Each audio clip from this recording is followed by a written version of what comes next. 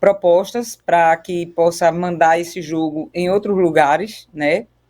E, e assim, a gente sabe que o momento que o clube se encontra é um momento de recuperação, é um momento em que a gente precisa tentar ao máximo alcançar a saúde financeira do clube, né? Um clube em recuperação judicial, um clube que venha, ao longo dos últimos anos, acumulando uma série de problemas de ordem financeira e econômica, enfim.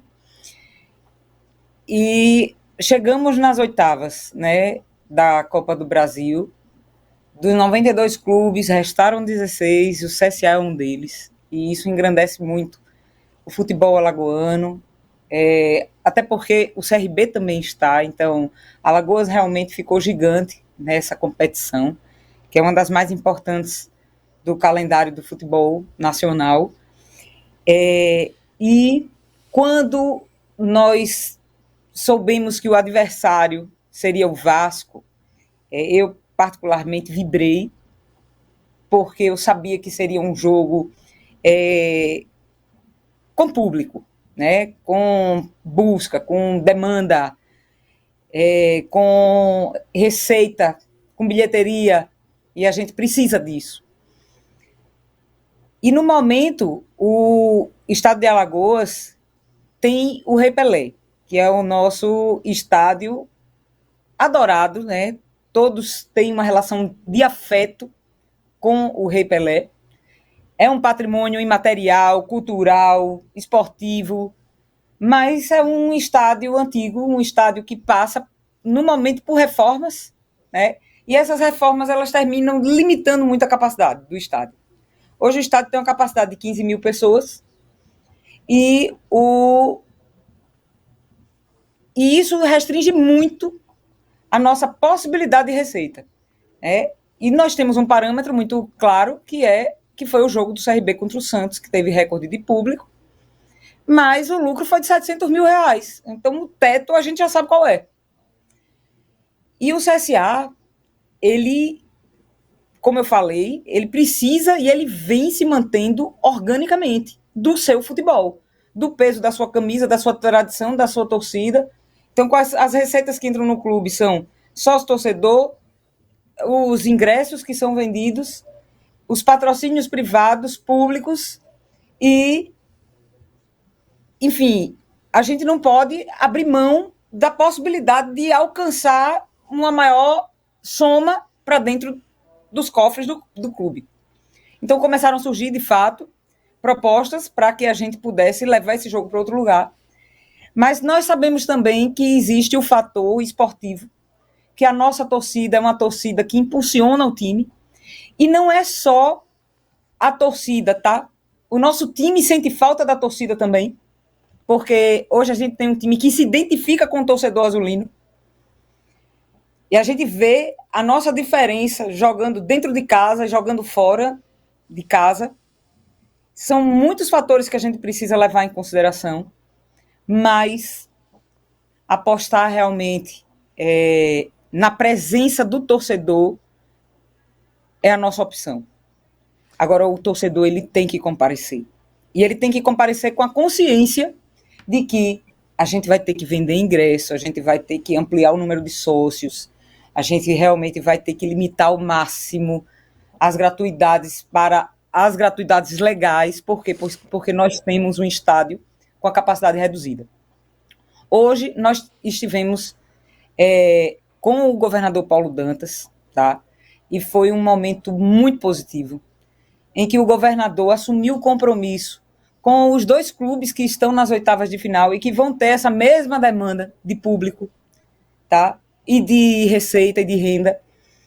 E o patrocínio de 2 milhões passou para 2 milhões e meio, né, com a expectativa de tentar diminuir esse impacto negativo para as rendas, né?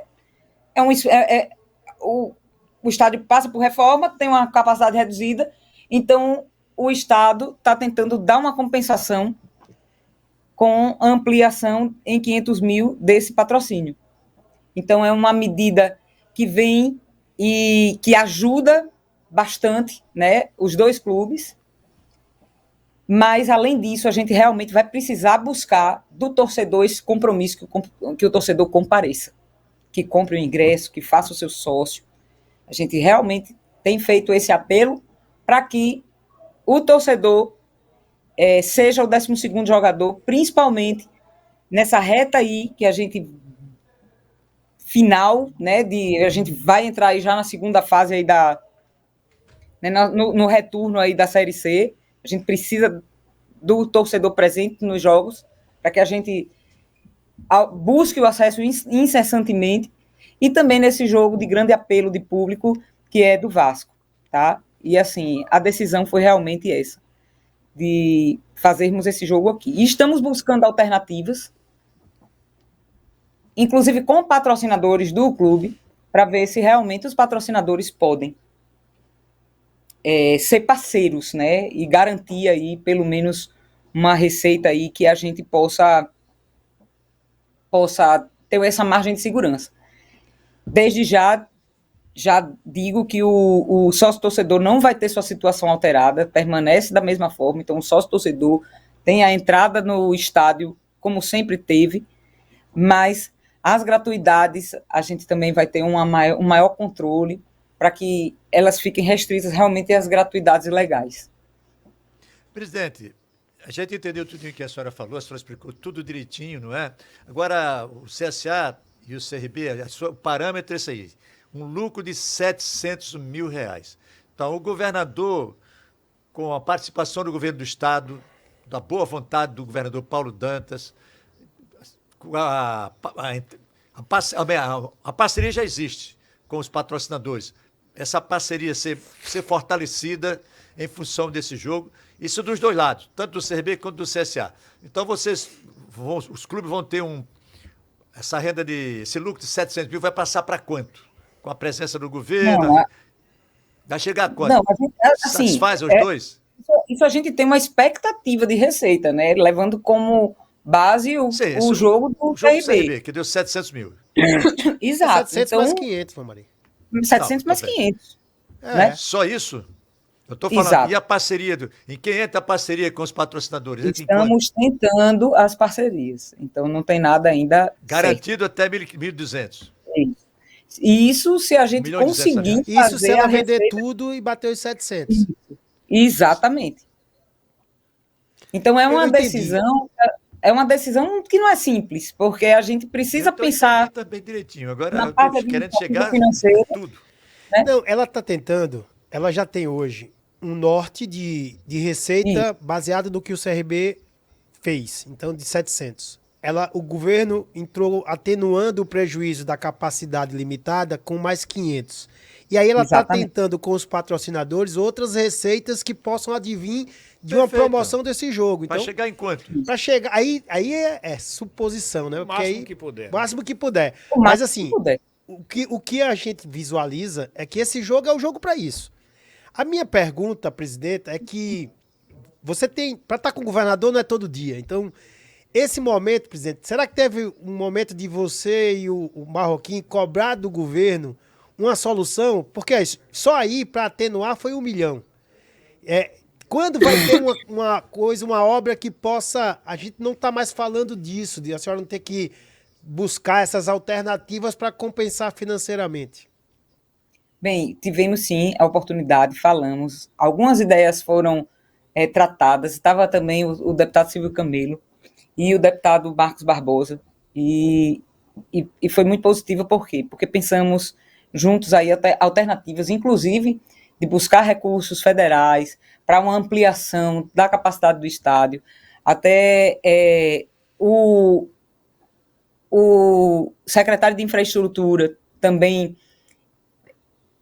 O governador Paulo Dantas telefonou para o secretário de Infraestrutura na hora e assim, pediu uma agilidade no que pudesse ser concluído para ampliar essa capacidade. Então, se conseguir ampliar 500 mil torcedores até a data desses jogos, também o governador solicitou, mas pensou-se sim em buscar, inclusive, recursos federais para que a gente possa ter uma ampliação ali do estádio, para comportar um maior público.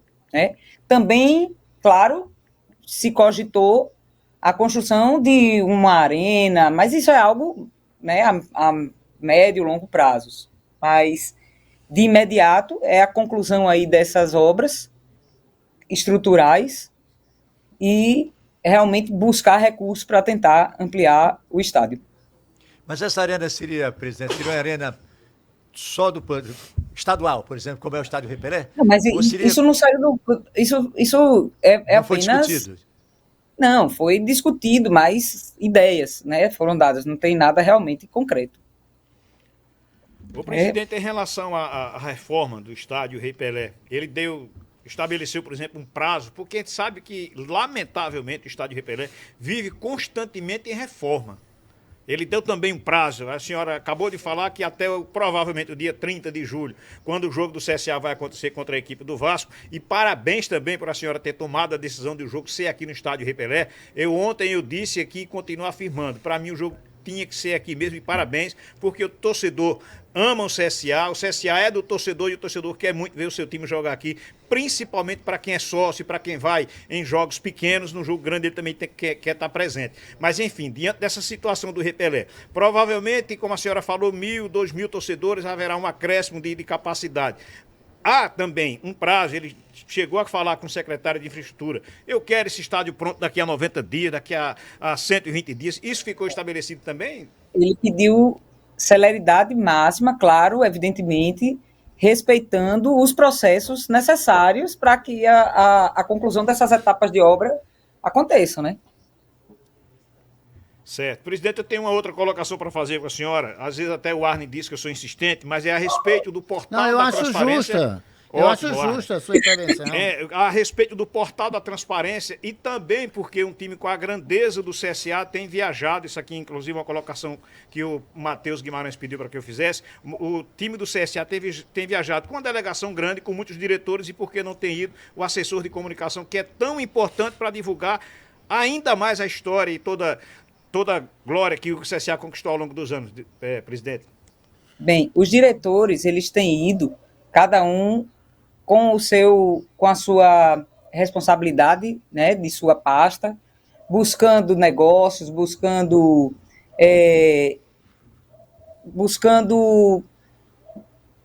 boas situações para o clube, né? Então, em muitas situações, essas viagens, elas são patrocinadas também pelos patrocinadores, tá? Então, a gente precisa ter esse cuidado antes de fazer essa análise. E em relação à logística, hoje numa Série C, o clube tem 32 passagens, tá?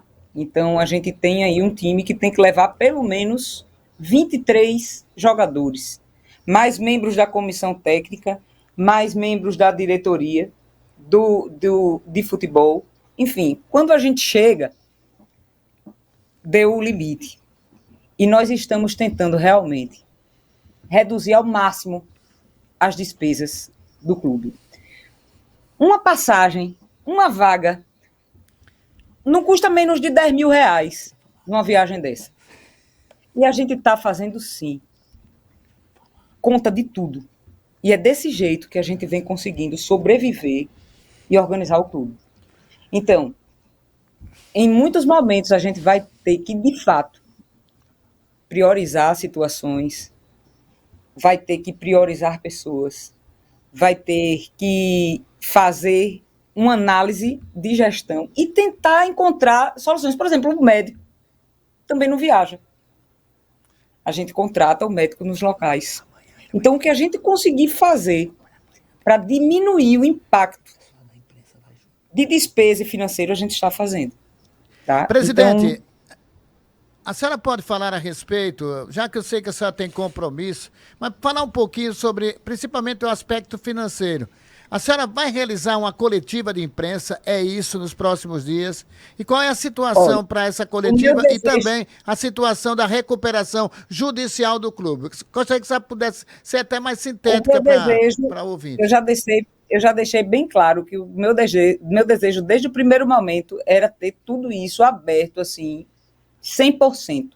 para o torcedor realmente acompanhar e conhecer a situação do clube. E até entender certas situações e não fazer juízo de valor equivocado em muitas circunstâncias, né?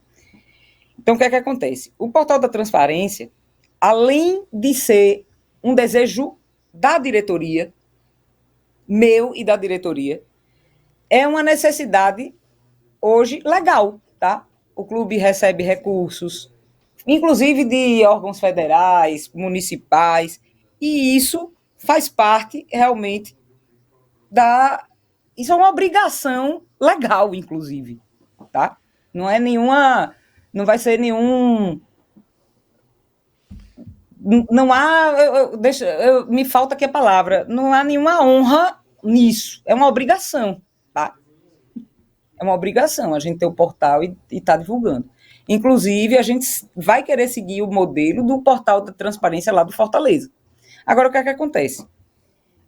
Hoje, a gente tem que passar as contas, quando são fechadas no mês, elas passam pela consultoria, que trabalha com a recuperação judicial, vão para o administrador judicial e depois vão para os autos.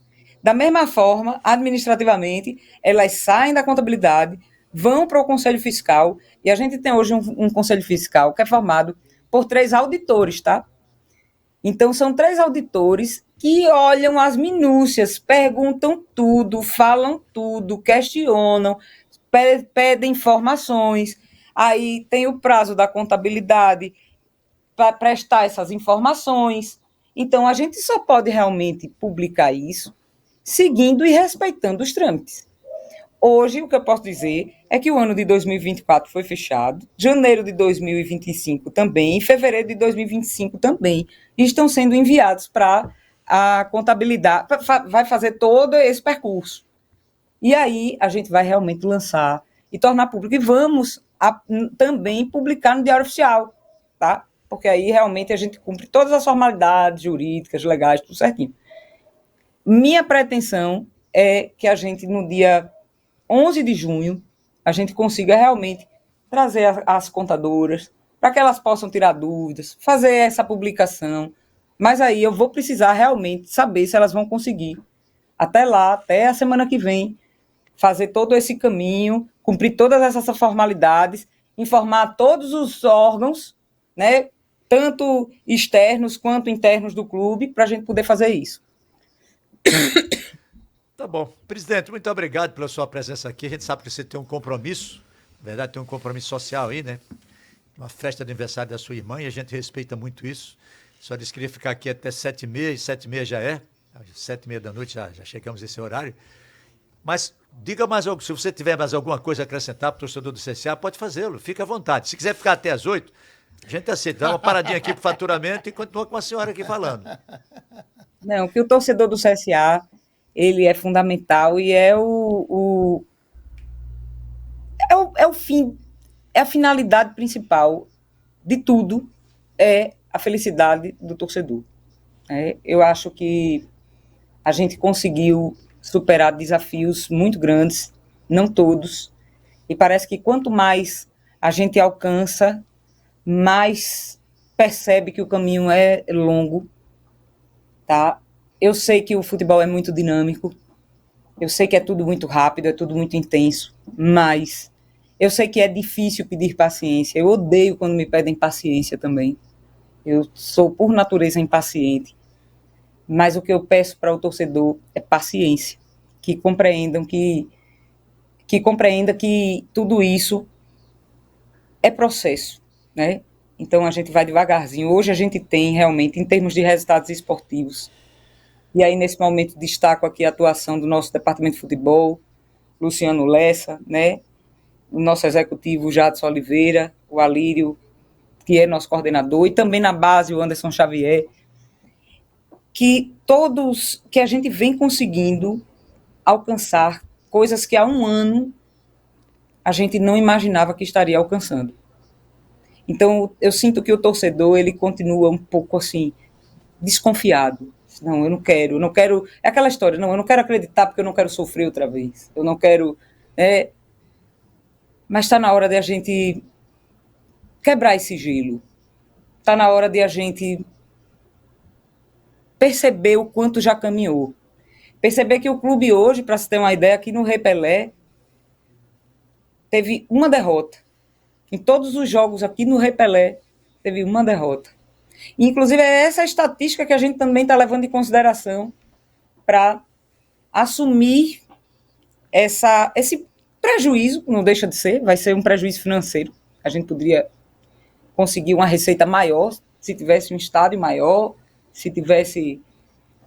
Mas a gente vai apostar realmente na força do torcedor azulino, na sua presença aqui. Então, que o torcedor ele siga acreditando, ele siga apoiando, ele siga confiando, ele não perca a fé, não perca a esperança, tá? Porque pior já esteve. Então a gente está aqui hoje realmente comemorando uma classificação nas oitavas de final. Amanhã o time vai estar viajando para Natal com grandes chances realmente de avançar na Copa do Nordeste. Estamos entre os 8 na Copa do Brasil, ou na Série C, né? E a nossa meta esse ano realmente é a classificação, e depois da classificação é buscar intensamente o acesso. É pedir que os empresários locais, eles realmente entendam que o CSA é principalmente um grande veículo de divulgação de suas marcas, de suas empresas, e que estamos de portas abertas para recebermos patrocínios, tá? Para que a gente possa realmente fortalecer essa instituição e tirar qualquer risco que paire sobre ela em relação a uma... Enfim, a gente precisa tirar qualquer risco jurídico, financeiro, administrativo, né, e esportivo. Então, tenhamos paciência, resiliência, fé, e que a gente dê o apoio necessário, principalmente para os guerreiros que entram em campo e que entenderam a grandeza do Centro Esportivo Alagoano. Obrigado, presidente. Um abraço para a senhora. Wagner Oliveira. Um abraço, presidente. Muito obrigado pela participação. Né, muita força, e creio que, né, com esse chamamento da presidência, até de uma forma muito emocionada, a gente sente, isso possa acontecer com a presença marcante da torcida do CSA. Acredito que a partir de amanhã vamos ter todas as definições com relação também ao prazo de venda dos ingressos, né, para a próxima semana, enfim, todos os preparativos de forma antecipada. Tudo de bom, presidente, transmita meu abraço, né, um abraço do Timassa, sua irmã, ao seu pai, muito querido por mim. Então, tudo de bom para a senhora e boa noite, hein? Boa noite. Valeu. Falamos com Miriam Monte, presidente do CSA, aqui no nosso Bola Quente da Rede Gazeta de Rádio Massorá, Piraquê, Pão de Açúcar, Gazeta News, canal 525 da NET, claro, e Gazeta FML, nosso canal de YouTube.